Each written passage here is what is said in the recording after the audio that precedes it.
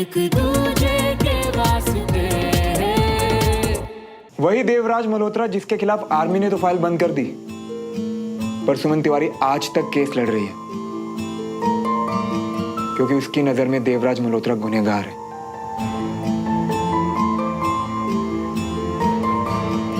तो तुम्हें अब भी लगता है कि हमें दोस्त होना ही था?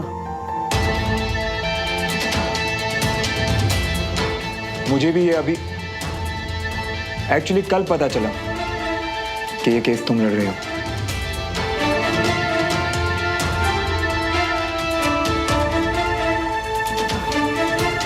तो मैं चलता हूं। रुको कैप्टन, प्लीज सर, बैठो प्लीज।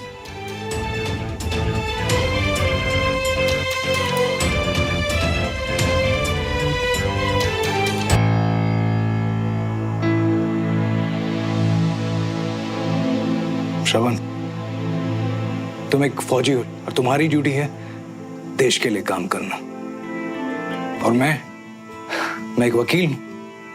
मेरी ड्यूटी है केसेस लड़ना, और उसमें मैं पूरी मेहनत करूंगा। अब ये केस किसके खिलाफ है,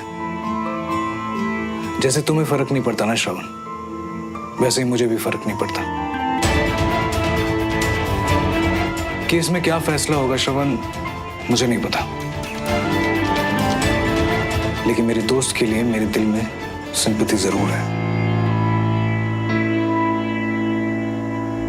और आखिर में श्रवण, मैं बस इतना ही कहूंगा, अगर सब कुछ जानने के बावजूद भी तुम्हें मेरे केस लड़ने से प्रॉब्लम नहीं है ना, तो यार ये दोस्ती मत तोड़ो। तुम्हारा पता नहीं श्रवण, लेकिन मुझे जिंदगी भर अफसोस होगा कि कोई मिला था बहुत अच्छा इंसान जिसका मैं दोस्त नहीं बन पाया।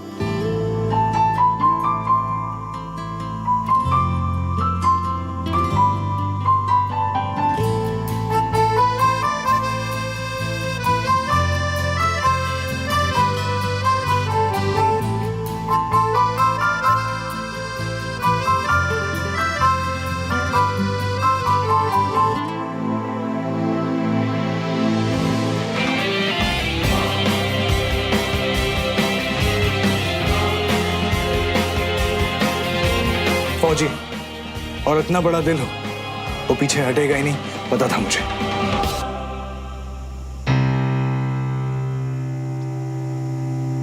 ये तुम्हारी यूनिफॉर्म में ब्लड कैसा? ये ओके?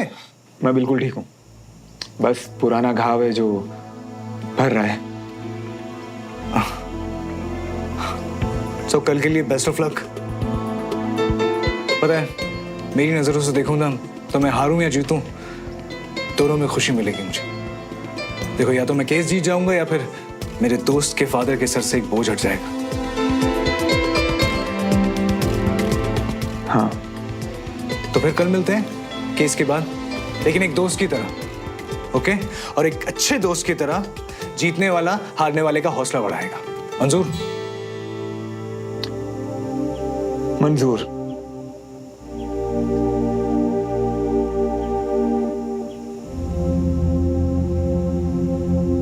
तो मैं चलता हूं।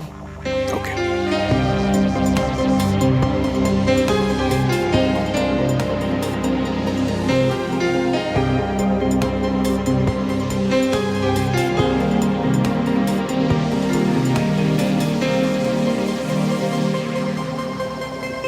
उसे तुझसे आके बात करने की क्या जरूरत थी? और ये श्रवण विक्रम का दोस्त कब से हो गया? पता नहीं कैसे बार बार तेरी लाइफ में वापस आ जाता है। सुमन, पिछली बार जो हुआ था मैंने देखा, कितनी मुश्किल से कैसे तूने अपने आप को संभाला था। बाकी सबको याद हो ना हो, मुझे सब याद है।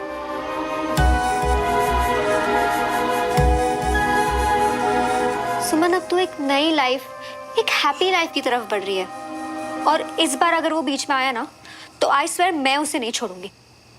कंचा, एक बात तो मैं श्रवण के बारे में जानती हूँ, अगर वो गलत भी बोलेगा ना तो मुंह पे बोलेगा, पीठ पीछे नहीं बोलेगा। बस इन बातों से जो गलत फहमियां हो जाती है उनसे डरती हूँ। किसे? विक्रम को? विक्रम ने बहुत कुछ किया है हमारे लिए, पापा के केस के लिए। श्रवण ने कहा तो है कि वो दूरी रखेगा विक्रम से, पर तो सही कह रही है। अब अच्छा यही होगा कि वो ना हमसे और ना हमारे आसपास के करीबी लोगों से कोई रिश्ता रखे। चल इसे उठा के स्पीकर पे डाल। हेलो, अब कैसा फील कर रही हो? मैं ठीक हूँ, तुम कैसे हो? सुमन, वो बात ये है कि मुझे तुम्हारे फादर के केस के बारे में तुम्हें कुछ इम्पोर्टेंट बात बतानी थी। हाँ बोलो। एक्चुअली सुमन, देवराज मल्होत्रा का बेटा कैप्टन श्रवण मल्होत्रा मेरा दोस्त है।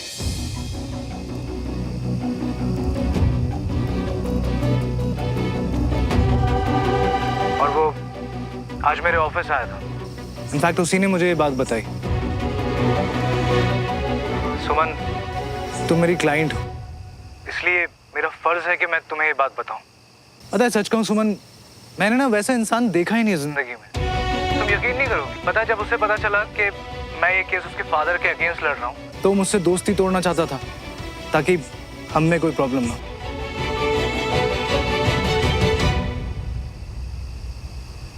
मतलब वो बर्थडे गिफ्ट भी लेके आया था मेरे लिए, पर मैंने उसे जाने नहीं दिया। पता है, ऐसे लोग ना बहुत मुश्किल से मिलते हैं लाइफ में, तो अगर मिले ना तो उन्हें रोक लेना चाहिए। और अब तो मेरी और श्रवण की दोस्ती ना और भी गहरी हो गई, और मैं चाहूंगा कि तुम भी मिलो उससे। देखो सुमन, फादर ने जो कुछ भी किया हो, मगर ये सही बनता है।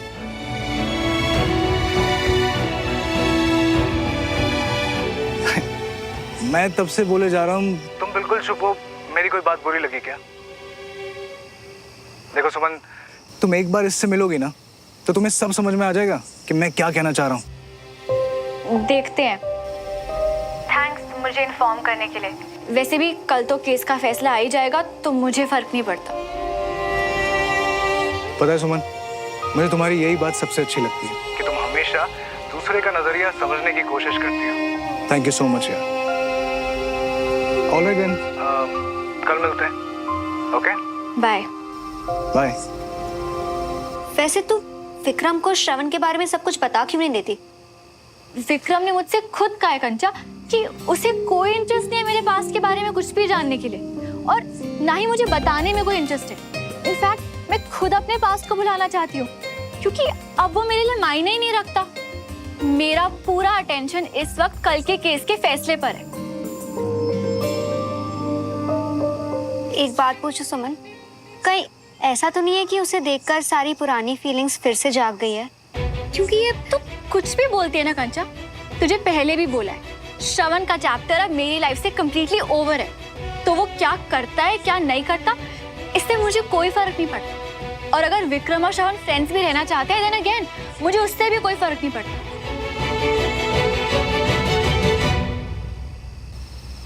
पर अब ऐसे अचानक क्या हुआ मम्मा? कल तो वर्डिक्ट है, पापा को तो आना पड़ेगा ना।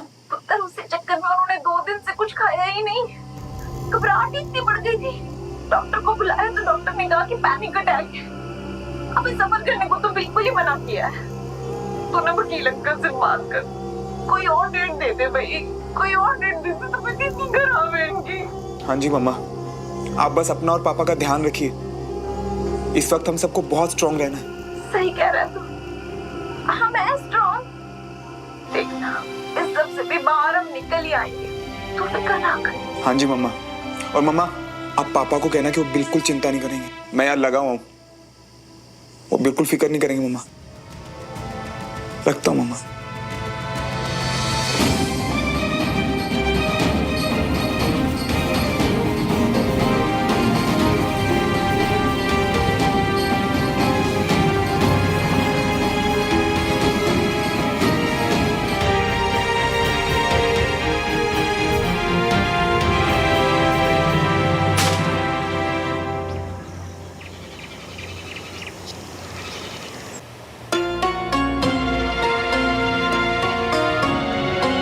आज आपको इंसाफ मिलेगा पापा, आई प्रॉमिस।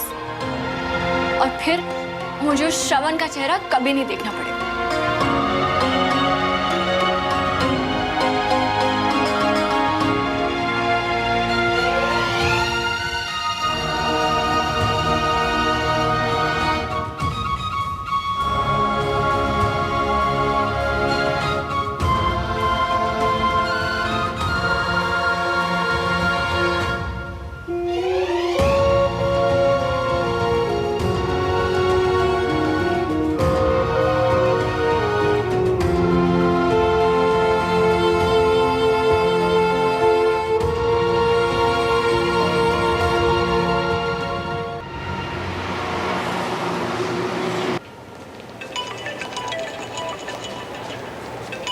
Excuse me. हाँ सुमन, मैं कोर्ट रूम में एंटी रूम में हूँ। तुम कहाँ पर हो? हाँ बाहर ही हूँ, आ रही हूँ। ऑलराइट।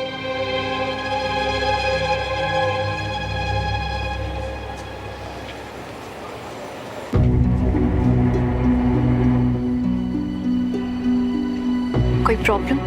वो क्या है सुमन, ये मिस्टर देवराज मल्होत्रा की तबीयत अचानक खराब हो गई है। You know, panic attacks. ये उनके लॉयर हैं, तो ये एप्लीकेशन डालने जा रहे हैं कि केस की हियरिंग की डेट अगले महीने के लिए टल सके।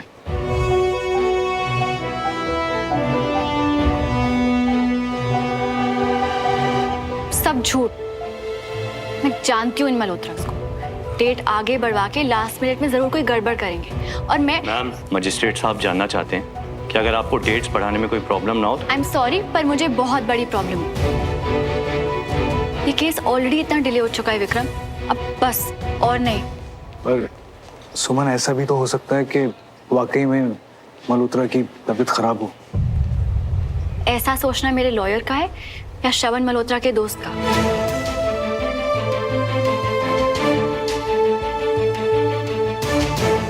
प्लीज सुमन, मुझे तुम गलत मत समझो। ओके ठीक है, मैं पूरी कोशिश करता हूँ कि केस का फैसला आज ही आए।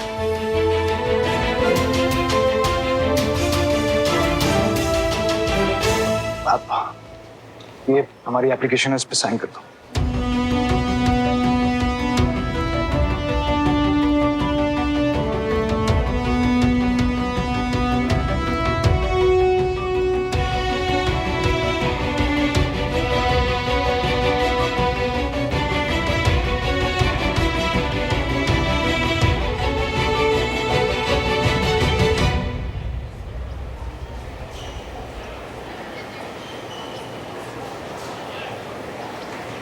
सुमन,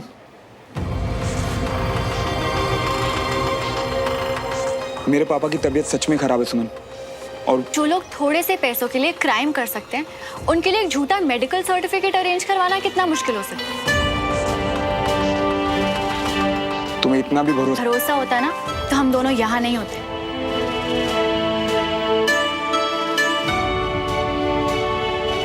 मैम, जज साहब ने दूसरी पार्टी की रिक्वेस्ट कैंसिल कर दी है। वो डिसीजन ले चुके हैं, 2 बजे फैसला सुना दिया जाएगा। फैसला विक्रम सर आके आपको बता देंगे। Thank you.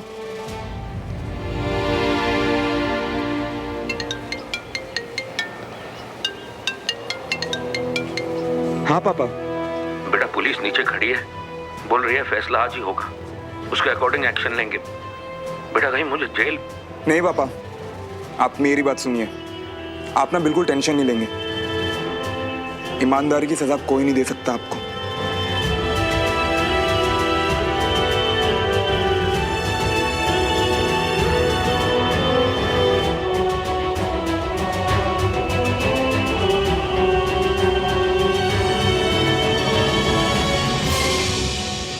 एक बेटे के नाते तुम इस वक्त कितना हेल्पलेस महसूस कर रहे होगे, मैं समझ सकती हूँ श्रवण। पर अगर न्याय मिलने में देर हो जाए ना, तो उसका मिलना ना मिलना एक बराबर होता है। और इस केस में तो ऑलरेडी न्याय की बात तो तुम मत ही करो सुमन, क्योंकि न्याय के लिए लड़ने और ईगो के लिए लड़ने में फर्क होता है। और ये फर्क तुम्हें तब समझ आएगा ना, जब तुम अपने गिरेबान में झांक कर देखोगी।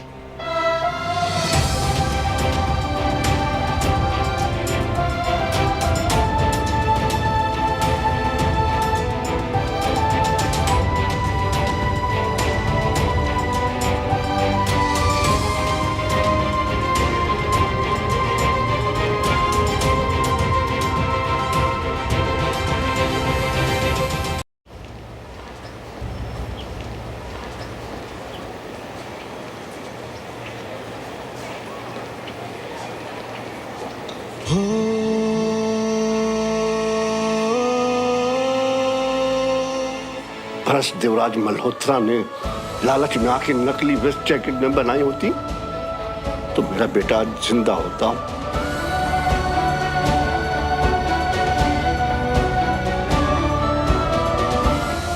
मुझे भी लगता है कि तुम्हारे पापा देशद्रोही। अब से मैं मैं तुमसे कोई मतलब नहीं रखना चाहती। अब जाओ यहाँ से, अभी के अभी।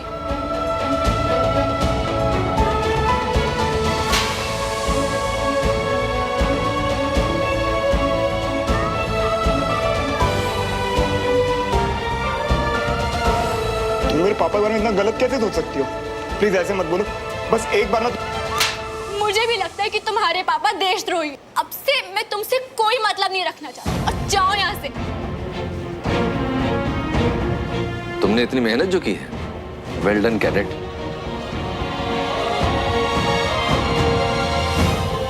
श्रवण, तुमने जिस तरह से क्लास में परफॉर्म किया है, मैं उससे सिर्फ खुश नहीं हूँ, बहुत इम्प्रेस्ड हूँ। लेकिन मैं चाहता था कि ग्रुप स्टडी के बेस्ट मेल और फीमेल कैडेट को मैं खुद कांग्रेचुलेट करूँ।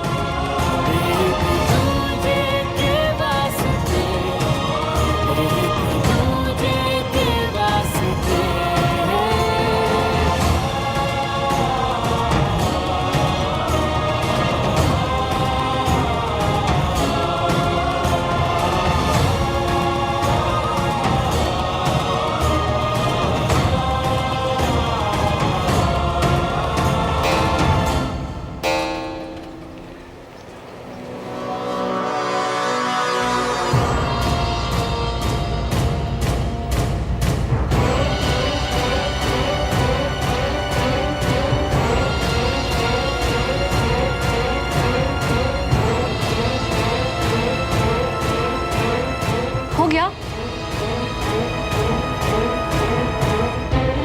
अब प्लीज जल्दी से गुड न्यूज दो।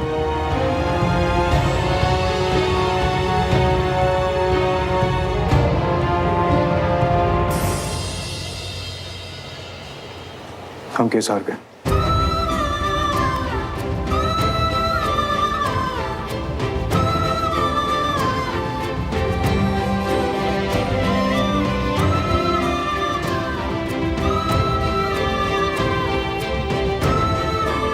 बुलेट प्रूफ वेस्ट केस में खराब माल यूज करने के लिए 2 लोगों को गिल्टी पाए गए, संजय खन्ना और विशाल गुप्ता। ये दोनों मिस्टर मल्होत्रा के अंडर काम करते थे, लेकिन खुद मिस्टर देवराज मल्होत्रा निर्दोष हैं। उन पे सिर्फ लापरवाही का केस बनता है, लेकिन वो पहले ही 3 साल की सजा जेल में काट चुके हैं। तो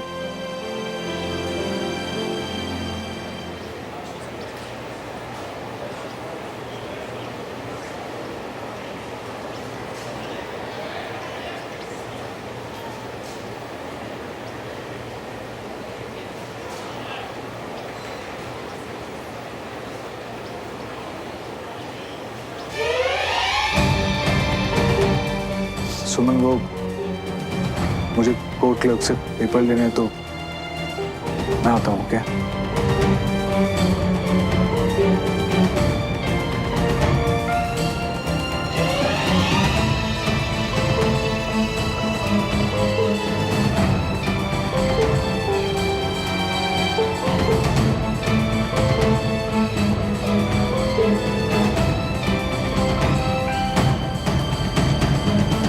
बेटी होने के नाते जितना हेल्पलेस तुम फील कर रही हो ना,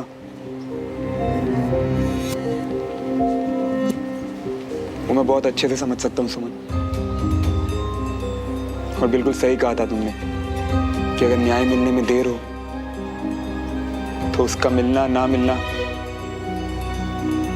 सब एक बराबर तो है।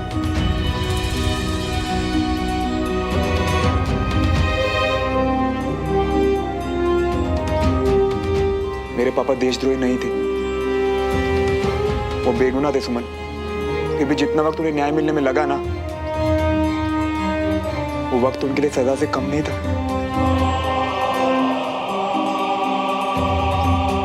खुद सोचो ना, इतना वक्त क्यों लगा उन्हें न्याय मिलने में?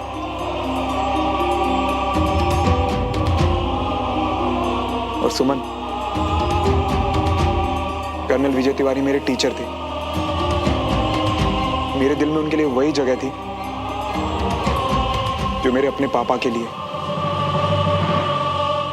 उनके जाने का जितना दुख मुझे उस दिन था ना, उतना ही आज भी है और शायद हमेशा रहेगा।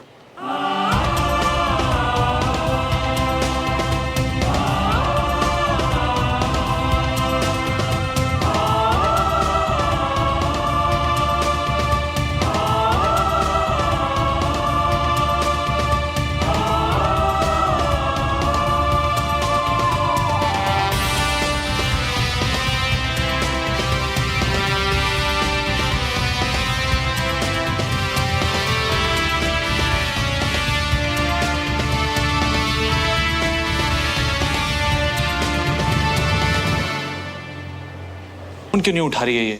पता नहीं कोर्ट में क्या हुआ होगा। सुमन, सुमन बेटा तू फोन क्यों नहीं उठा रही थी? सुमन, सुमन, सुमन बेटा,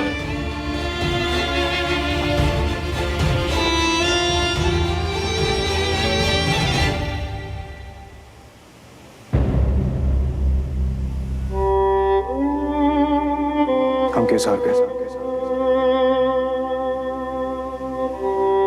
पापा, I am really very sorry पापा।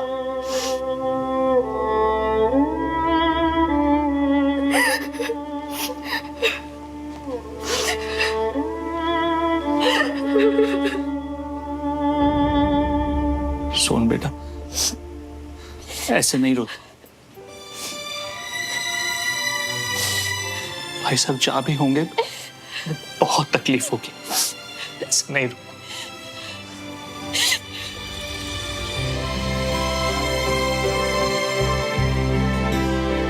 पापा को बहुत उम्मीदें थी ना मुझसे, उन्हें तकलीफ हो रही होगी क्योंकि मैं उन्हें इंसाफ नहीं दिला पाई। केस हार गए चाचू।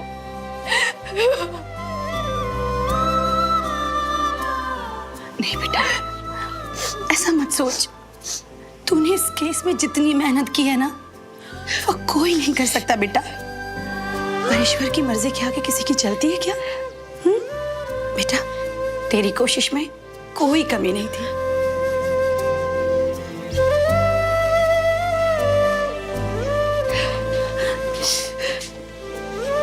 इधर संभाल। सुमन थोड़ा सा पानी पी ले।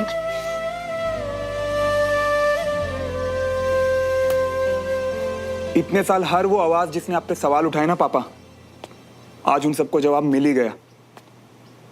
देवराज मल्होत्रा देशद्रोही नहीं है। देखो ना पापा, वक्त लगा पर हो गया ना। हाँ बेटा, हो गया, क्योंकि तूने मेरी इस परिवार की हिम्मत नहीं टूटने दी।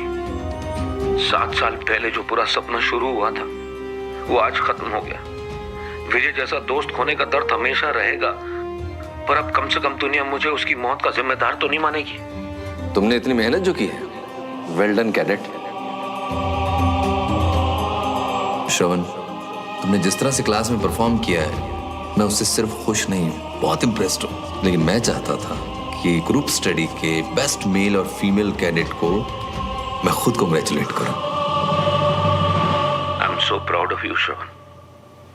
पापा, आपके मुंह से तो नालायक ही अच्छा लगता है। क्या पापा जोक मारा है? एक स्माइल तो दे दो। ये हुई ना बात। श्रवण, अब तो केस भी खत्म हो गया बेटा, वहां का घर भी बिक गया है, तो तू ड्यूटी ज्वाइन करने से पहले कुछ दिनों के लिए हमारे पास आ जाना इधर।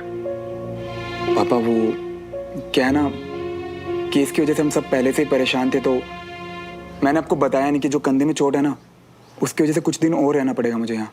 अरे तेरी चोट ठीक नहीं हुई अभी तक? नहीं पापा, अब बिल्कुल ठीक है। बस जब तक पूरी तरह ठीक नहीं हो जाती ना, तब तक ड्यूटी ज्वाइन नहीं कर सकता। और आर्मी की मेडिकल फॉर्मेलिटीज भी पूरी करनी पड़ती है ना। घर तो बिक गया, तू रहेगा कहाँ? वहाँ कैसे मैनेज कर? पापा आप बिल्कुल चिंता मत करो, सब मैनेज हो जाएगा। यहाँ पे फौजियों के लिए आर्मी क्वार्टर्स है ना, उसके लिए मैंने एप्लीकेशन डाल दी है। आप ना सिर्फ रिलैक्स करो, चिंता बिल्कुल नहीं। और हाँ पापा, अपनी सेहत का भी ध्यान रखो। चल जा, ध्यान रख अपना।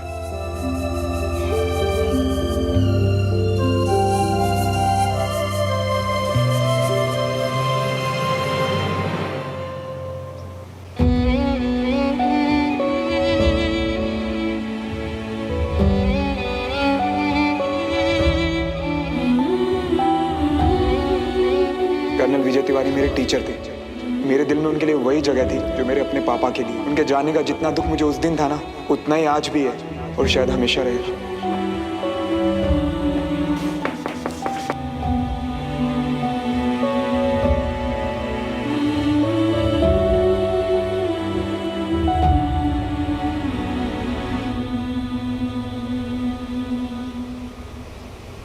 सुमन, तू ठीक है?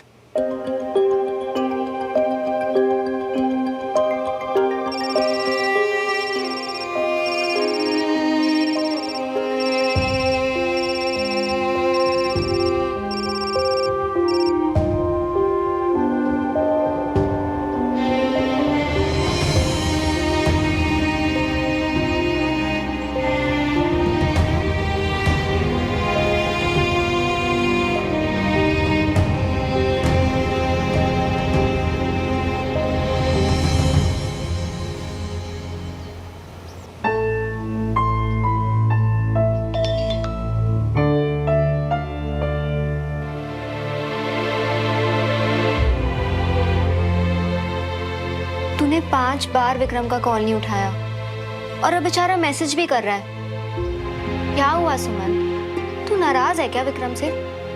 नहीं कंचा, मैं किसी से नाराज नहीं हूँ, बस अभी अकेले रहना चाहती हूँ। हाँ नहीं, तू कुछ तो छुपा रही है मुझसे।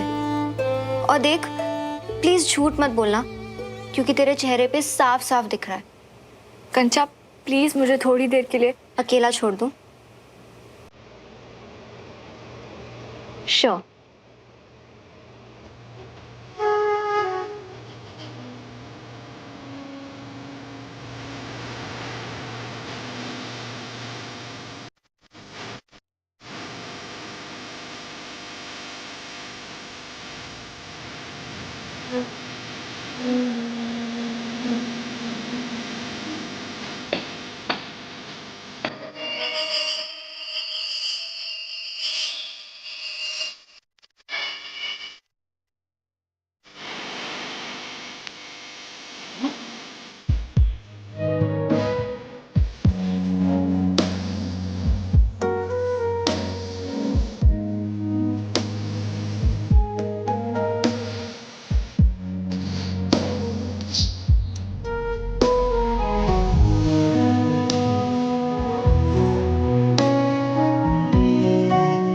सुमन तिवारी, तुम एक तो बहुत बड़े ऑफिसर बनो। सुमन बेटा, तुमने हमेशा मेरा सर ऊंचा किया है। बस देवराज मल्होत्रा ने लालच में आके नकली वेस्ट जैकेट में बनाई होती तो मेरा बेटा जिंदा होता। कम के साथ के साथ के साथ के साथ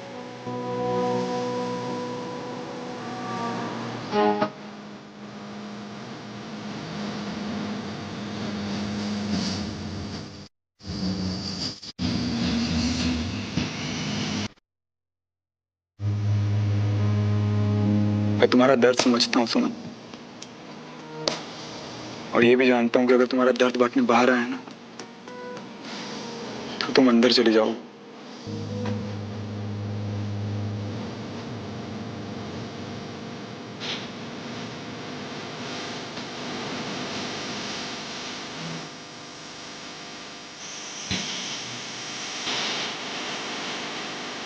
एक फोन कॉल और वो बस निकल जाते हैं बिना अपनी बेटी से मिले। मेरे पास सुनो, अभी अंकल कैंप में है तो तुम मिल सकती हो। तुम जल्दी से गेट पर आओ, मैं बाइक लेकर आता हूँ।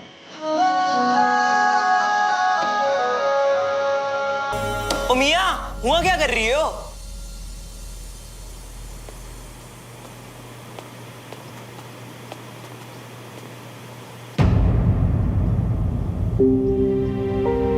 अब भी खुश नहीं हो? खुश नहीं, बहुत ज्यादा खुश हूँ। मतलब तुम केस जीते तो सुमन केस हारी, और अगर सुमन केस हारी तो वो हो गई उदास, और अगर वो हो गई उदास, अच्छा तो बेटा इस बात का बुरा लगा रही हो यहाँ? अब यार सुमन केस आ रही है तो दुखी तो होगी ना, मैं नहीं होता क्या? अब उसके केस में मैं कर भी क्या सकता हूँ? बस मैं अपने पापा के लिए बहुत खुश हूँ। ये तो सही बात कही तुमने, और वैसे भी उसके आंसू तो उसको खुद को ही पहुंचने पड़ेंगे ना, अब तुम थोड़ी जाओगी हिमुआ, और वैसे भी तुम कर ही क्या सकते हो? हाँ यार, मैं कर ही क्या सकता हूँ। बंटी, तू नीचे चल, मैं आता हूँ। अरे अचानक से क्या हो गया? तू चल तो मैं आता हूँ। ठीक है, हम जा रही है, पर जल्दी आना, क्योंकि सौरभ और बस्सी इंतजार कर रही है तुम्हारा। ठीक है?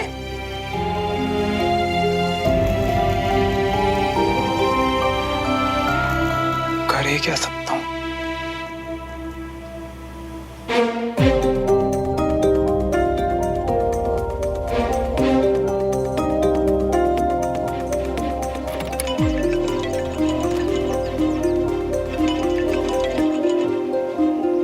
हाय विक्रम, दोस्त से वादा किया था ना कि रिजल्ट जो भी हो, जीतने वाला हारने वाले का हौसला बढ़ाएगा, इसीलिए तुम्हारा फोन आया।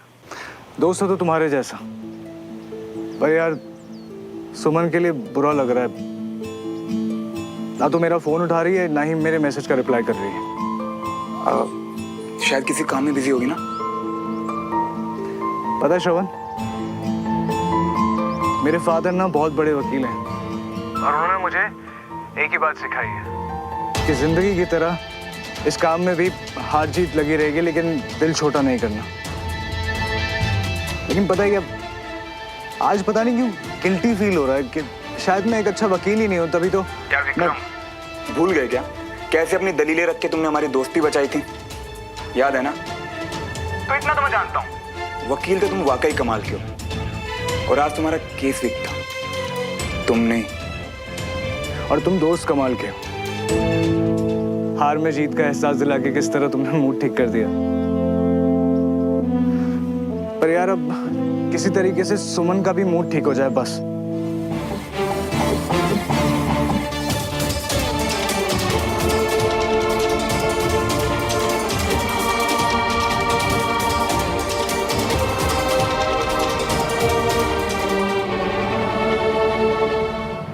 यार विक्रम, ओल्ड भोपाल पर पीर गेट के सामने ना एक राजू टी स्टॉल वाले की शॉप है, वो बहुत अच्छी मावा जलेबी बनाता है। तुम वहां लेके जाओ सुमन को, पक्का उसका मूड ठीक हो जाएगा। अच्छा, तुम्हें कैसे पता? हाँ, हमारी ना एक कॉमन फ्रेंड थी, तो उसके मुंह से तारीफ सुनी थी उस जलेबी वाली शॉप की। तो पहले तो मुझे भी ऐसा लगा कि भाई ऐसा क्या उस जलेबी में। फिर उसने मुझे बताया कि वो सुमन के साथ जाती थी बचपन में वहाँ। तुम तो जानते हो बचपन की बातें एंड ऑल। अच्छा, तुम्हें अभी भी याद है? पर यार श्रवण, इतने सालों में तो शायद सुमन की पसंद बदल गई होगी। तुम्हें लगता है मतलब अभी भी ये आइडिया काम करेगा? यार विक्रम, जरूरी तो नहीं कि बदलते वक्त के साथ पसंद भी बदले। तुम ट्राई तो करके देखो, क्या पता शायद काम बन जाए। Thank you brother. और हाँ विक्रम, प्लीज ये तो बिल्कुल मत कहना कि आइडिया तुम इधर उधर से लाए हो। कहना कि तुम्हारा ही आइडिया था, ठीक है? ऑफ कोर्स, समझ गया यार। और वैसे भी सुमन की स्माइल का क्रेडिट मैं तुम्हें नहीं देने वाला था। बाय।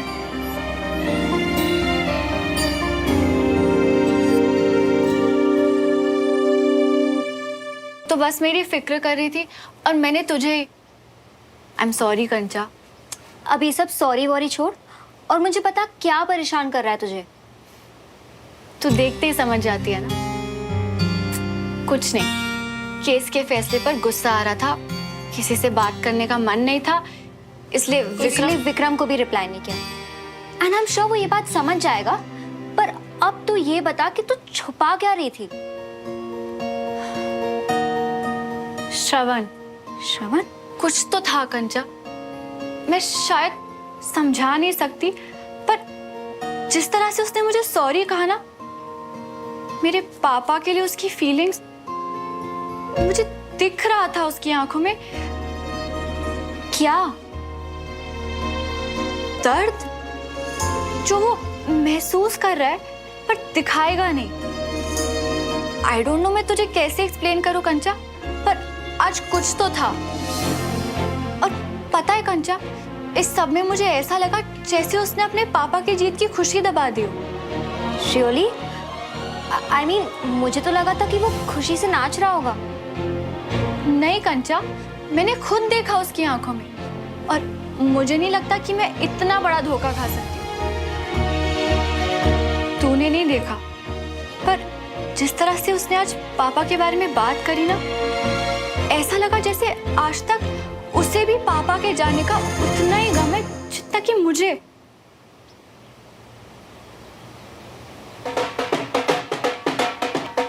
ये कौन इतना शोर मचा रहा है?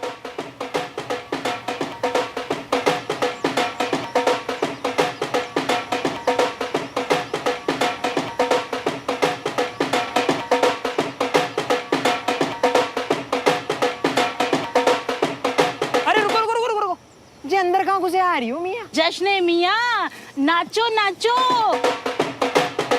क्या हो रहा है ये सब? पर ये सब है कौन?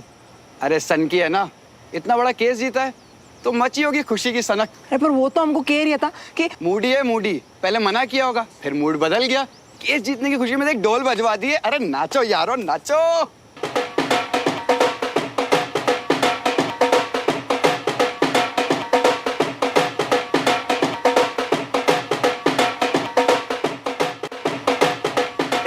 एक सेकंड, क्या है ये सब? अरे मेरी जान बधाई हो, तूने कहा था तू केस जीत के रहेगा और तू जीत गया। चल आजा यार, नाचेंगे।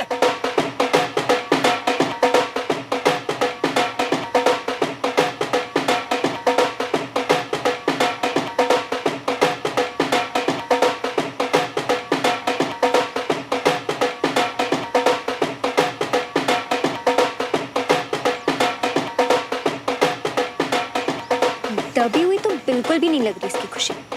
देख ना, नाच ही तो रहा है। मैं इसे सच में नहीं जानती। मैंने इससे कल भी धोखा खाया था और आज भी खाया।